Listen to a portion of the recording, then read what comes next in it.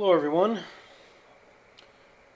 Today is March 23rd, 2025, and this is going to be a quick video about Inferior Mirage.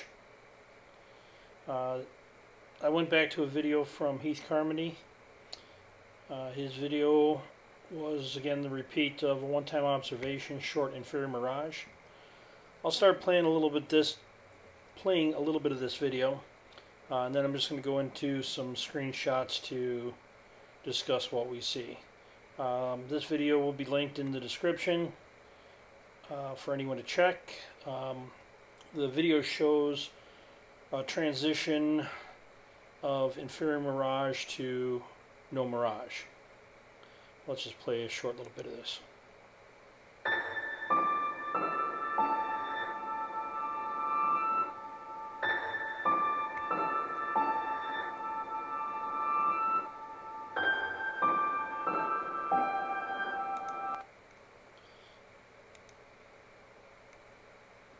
Alright, so what I'd like to do is start taking a look at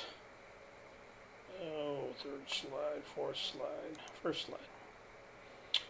Okay, so the first slide taken from that video, we see the distant house and a more distant shoreline. Okay, we're going to start taking a look at a mirroring line of this fence structure that runs out, and what we see underneath it is again mirroring of the porch structure of the house, the structure of the trees above. We've got a mirroring line about here, and the distance of the mirroring line runs from here and about to here. This is the area that is the Inferior Mirage. We do have, what you can see with these close tie-up buoys, is the image or the reflection of these objects up close being stretched out across the water surface. We see the stretching of this yellowish ball on top, but it's something that will get pointed out in the future as well too. So on our second slide, what we're noticing here is we've got a rippling effect between the tie-up buoys and the camera. This is a more diffuse reflection of the water surface. The surface is agitated, so it's not the specular reflection that we're seeing further in the distance that is creating the mirror-like reflections.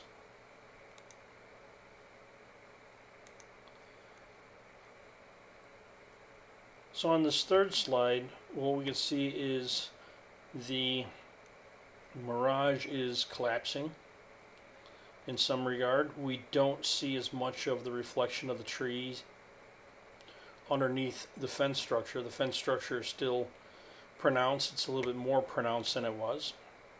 The video also captured a boat that had taken off from back in this area that has transited into that area of Mirage. Half of the boat is starting to be obstructed and it's reflected underneath.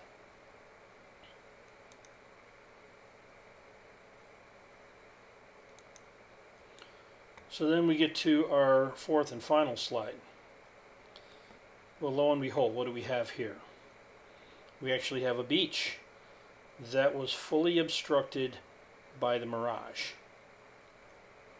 This has been a time lapse of 2 hours of video observation, and I appreciate Heath for everything he's put forth, as well as any other individual who contributes to observations like this, where we can understand how refraction is producing visual obstruction and inferior mirages.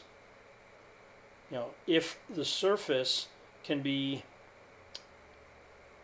produce a mirror, the redirection of the light off the surface will produce a mirrored mirage.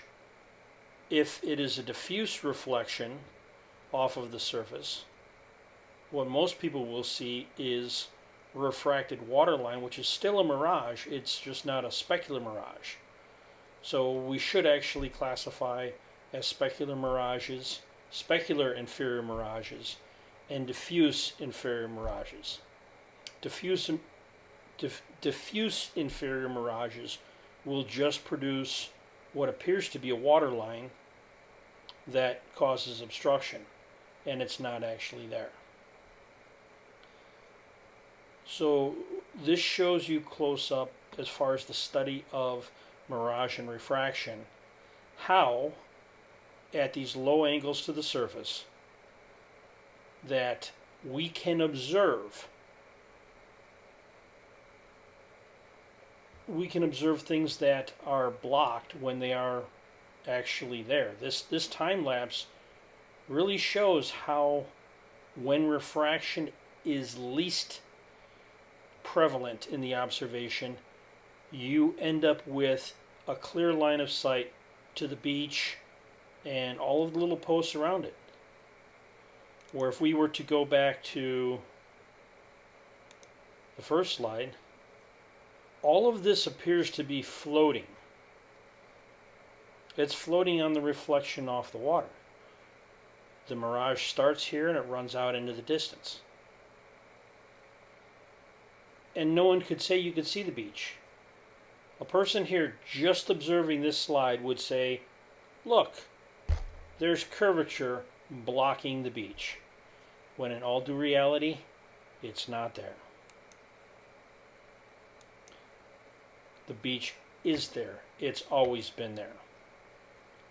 So for those to reach out into the distance and say, according to Walter Bislin's calculations and his version of standard atmospheric refraction, this should be blocked by Earth curvature. Now, there's a much better explanation from that, and one that doesn't require slide bars to add a refractive handicap. Let's call it a handicap.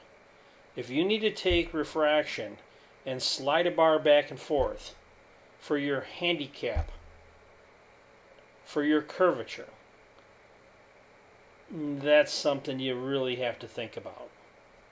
The Flat Earth community produces slides and descriptions. Right here, everything that's been blocked has been explained by refraction on a flat plane.